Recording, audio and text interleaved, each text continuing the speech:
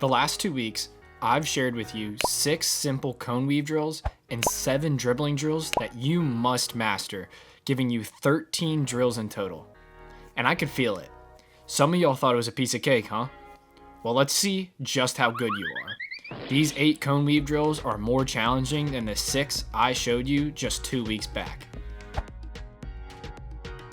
Last time, I said to put a foot's length in between the cones, but this time, make it just a normal step. Place down your 10 cones and let's do it. The first drill is doing sole rolls laterally. Start by rolling the ball across the cones at the top and then pull the ball back in the gap. Then roll the ball across and repeat.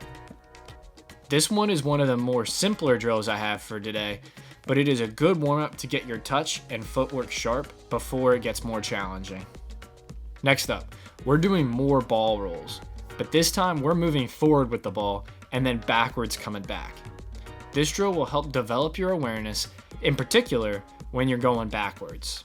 If your vision is fixated on the ball while you do this, then you're going to step on the cones as you're coming back. This is good practice for using your peripheral vision, which is so critical when you're playing in practices and games. The third drill is V-shaped touches. Pull the ball back with the sole of your foot and then push it up and across with the outside and laces of your opposite foot. Here's a little tip for you. When you're doing this, try to pull the ball back right in between the middle of the cones. This will make it easier for you to push the ball forward with your next touch.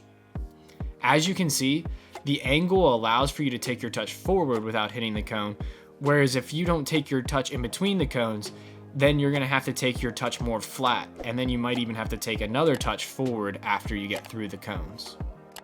The fourth drill is very similar.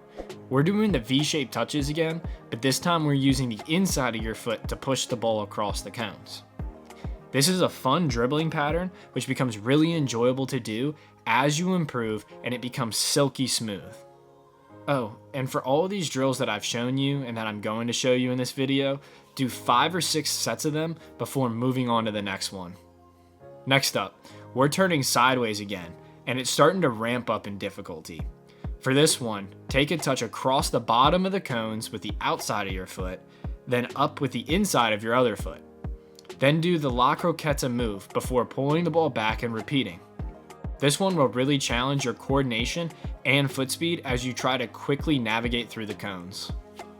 The sixth drill focuses even more on this La Croqueta movement. In case you didn't know, La Croqueta is a very popular move used by professionals to beat defenders. And it's nothing crazy.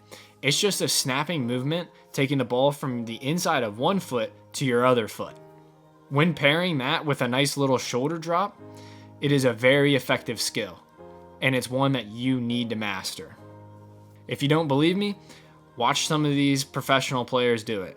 You see the likes of Iniesta, Neymar, and Messi using this move in games. So make sure when you're doing this drill that you're focusing on this movement and trying to make it as sharp as possible for when you use it in games. This drill follows the same pattern as the last, but this time we're doing a backwards L to get across the cones. This drill is one that might take some time to get good at, but it mostly focuses on your standing foot placement and becoming comfortable with the ball outside of your field of vision. And that happens when you're taking the touch backwards, because as you're doing the backwards L move, the ball is behind you and you can no longer see it.